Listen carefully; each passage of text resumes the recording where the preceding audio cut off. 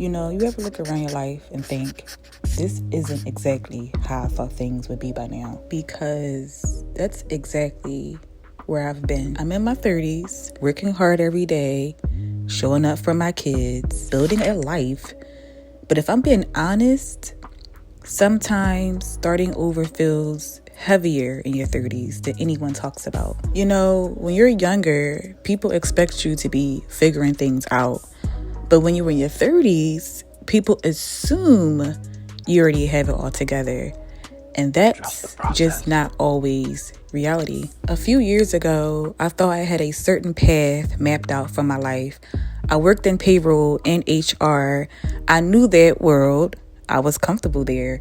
But life has a funny way of redirecting you. Now, I'm working in social services, helping families facing housing instability and homelessness. It's meaningful work that matters. But stepping into a completely different field meant becoming a beginner again.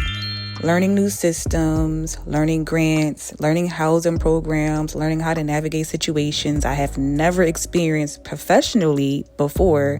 And some days that can feel humbling. I think one of the hardest parts about starting over isn't actually the work. It's the timeline. It's watching everyone else seem like they're moving faster, getting their promotion, buying the homes, taking the trips, launching the businesses, clock that, while you over there sitting there wondering if you're behind. I have those moments where I felt stuck, moments where I questioned if I made the right decision, moments where I wanted things to happen much faster. But lately, I've been realizing something. Starting over doesn't mean starting from scratch. I'm not the same woman I was at 20. I'm bringing experience with me. I'm bringing lessons with me. I'm bringing resilience with me.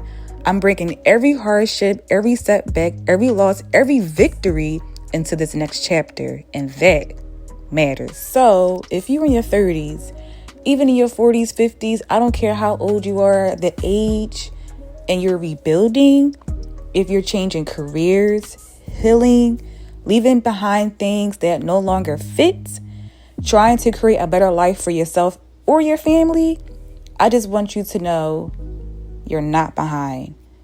Instead, you are becoming. And sometimes growth looks less like a straight line and more like taking a few steps back so you can build something much more stronger. Me, I'm still figuring things out.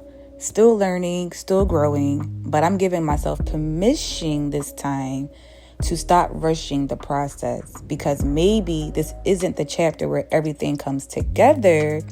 Maybe this is the chapter where I'm becoming the woman who can handle everything that's coming next. And honestly, that's enough for me right now.